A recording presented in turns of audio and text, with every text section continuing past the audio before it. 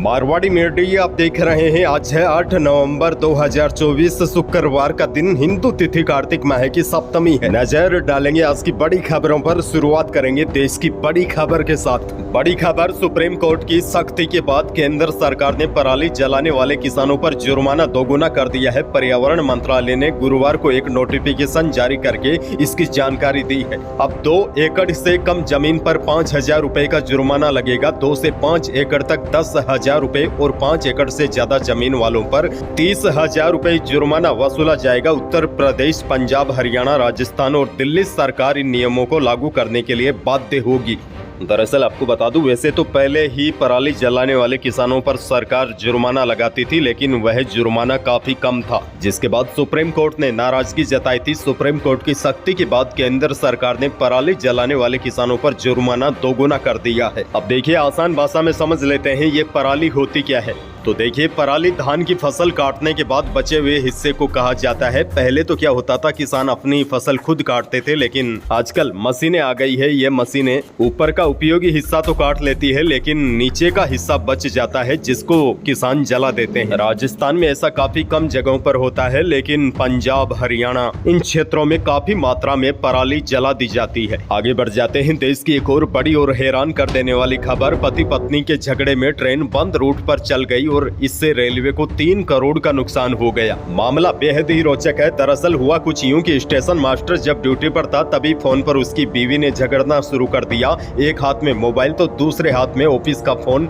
जो उसके हाथ में ही था। यानी कि इस कान से बीवी से बात चल रही थी और दूसरे से ऑफिस से। बात दोनों तरफ चल रही थी। ऑफिस वाले फोन को होल्ड कर स्टेशन मैनेजर ने पत्नी से कहा, ऑफिस से घर आ जाओ, फिर बात करूंगी। पति ने ओके कहा, लेकिन दूसरी लाइन पर ओके सुनते ही दूसरे स्टेशन मास्टर ने ट्रेन को रवाना करके उसको सिग्नल दे दिया और गाड़ी उसी रूट पर चल गई जो बेन था, जिसकी वजह से रेलवे को 3 करोड़ का नुकसान हुआ है। उसने फोन पर झगड़ने वाले स्टेशन मास्टर को सस्पेंड कर दिया, यानी कि गलती की वजह से रेलवे ने पति को सस्पेंड कर दिया और इसी कारण पति ने हाईकोर्ट में तलाक की अर्जी लगाई है। हाईकोर्ट ने भी कहा है कि पत्नी का यह व्यवहार मानसिक क्रूरता है, पति को भी तलाक मिलना चाहिए।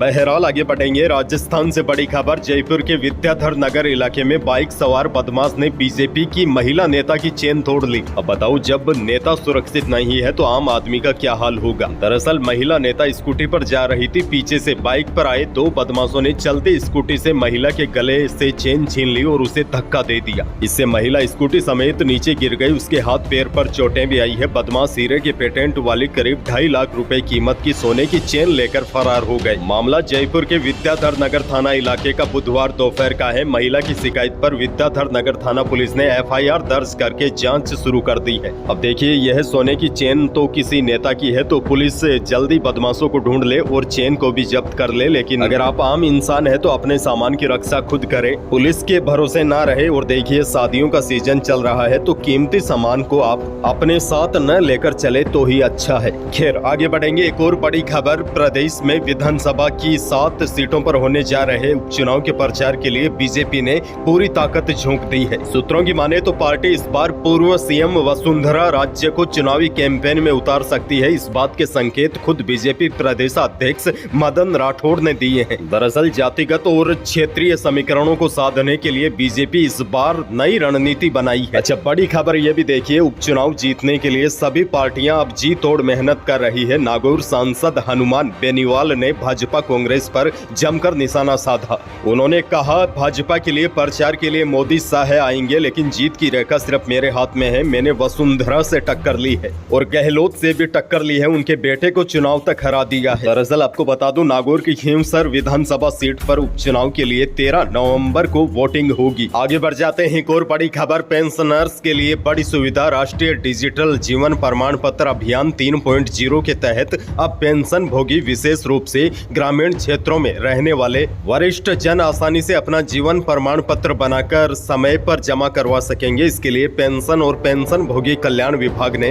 डाक विभाग और डाकिया पोस्ट पेमेंट्स बैंक के साथ मिलकर डाकियों और ग्रामीण डाक सेवकों के नेटवर्क से डोर स्टेप एवं शिविरों से यह सेवा शुरू की। यानी कि ग्रामीण क्षेत्रों में रहने वाले वरिष्ठ जन आसानी से अपना जीवन प्रमाण पत्र बनाकर समय पर जमा करवा सकेंगे। आगे बढ़ेंगे। एक और बड़ी खबर, जोधपुर में राशन डीलरों ने अब किसी भी प्रकार की सीडिंग का काम फ्री में करने से मना कर दिया है। मंगलवार को ही राशन डीलर यूनियन ने इस संबंध में एसडीएम सुनील पंवार को अतिरिक्त खाद्य आयुक्त के नाम ज्ञापन भी सौंपा था। उन्होंने बताया कि राशन डीलर अब सरकार की महत्वाकांक्षी योजनाएं जिसमें एलपीजी व आधार सीडिंग केवाईसी निःशुल्क नहीं करेंगे। हालांकि ज्यादातर जिलों में तो सीडिंग का काम हो रहा है। अगर आपको भी 450 रुपए में गैस सिलेंडर की योजना का लाभ लेना है तो एलपीजी गैस कनेक्शन की आधार कार्ड और राशन कार्ड से सीडिंग करवानी होगी। इस योजना का लाभ लेने के लिए उपभोक्ता का पहले से राष्ट्रीय खाद्य सुरक्षा योजना में नाम होना आवश्यक है। आधार और राशन कार्ड से सीडिंग के लिए सरकार ने 5 से 30 नवंबर तक विशेष अभियान चलाया है,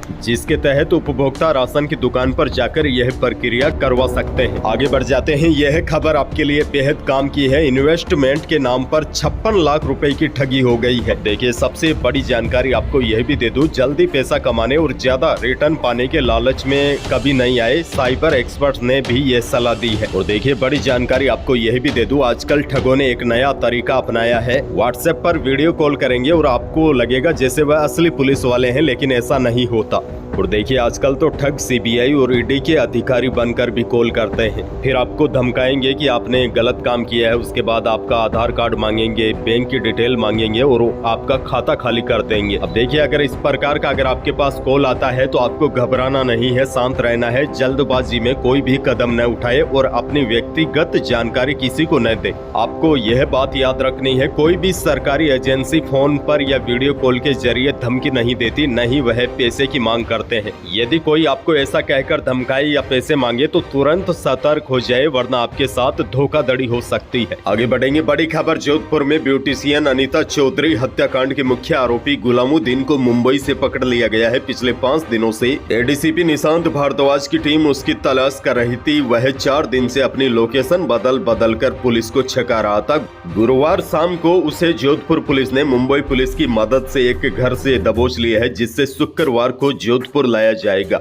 अब गुलामुद्दीन के पकड़े जाने से अनीता मर्डर केस की सभी परतें खुल जाएगी। हालांकि जोधपुर पुलिस की ओर से अभी तक इस मामले में कोई भी बयान जारी नहीं किया गया है। आपको बता दो, अनीता की मौत के बाद से ही गंगाना निवासी गुलामुद्दीन फरार चल रहा था। आगे बढ़ जाते हैं। एक और बड़ी खबर, अमेरिका में आई राजनीतिक स्थिरता की वजह से सोने और चांदी की कीमतों में बड़ी गिरावट आई है। दीपावली पर रिकॉर्ड तेजी के बाद अब भारतीय बाजार में सोने और चांदी की कीमतों में गिरावट का सिलसिला शुरू हो गया है। अब देखिए, दीपावली के 7 दिन बाद गुरुवार को स्टैंडर्ड सोने की कीमतें 3200 रुपए तक घट गई है, जबकि दीपावली के बाद चांदी भी प्रति किलो की कीमत में 8400 रुपए तक की कमी आ गई है। जयपुर सराफा कमेटी की ओर से जारी भावों के अनुसार जयपुर में 10 ग्राम 24 कैरेट सोने की कीमत 78,800 रुपए पर आ गई है, जबकि 22 कैरेट सोना प्रति 10 ग्राम 73,200 रुपए पर आ गया है। वहीं चांदी रिफाइन की कीमत भी 93,000 रुपए प्रति किलो पर पहुंच गई है। आपको बता दो, दिवाली के आसपास चांदी 1 लाख रुपए से ऊपर चली गई थी।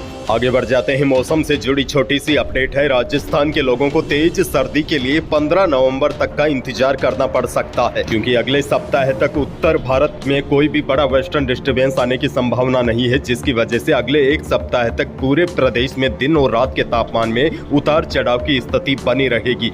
राजस्थान के कई शहरों में सुबह शाम पॉल्यूशन का स्तर भी ज्यादा रहने की संभावना है। अब देखिए, बड़ी जानकारी यह है, 15 नवंबर के बाद जब कोई बड़ा वेस्टर्न डिस्टर्बेंस एक्टिव होगा, जिसके बाद ही तापमान में बड़ी गिरावट होने की संभावना है। तब तक राजस्थान का मौसम कुछ ऐसा ही रहेगा।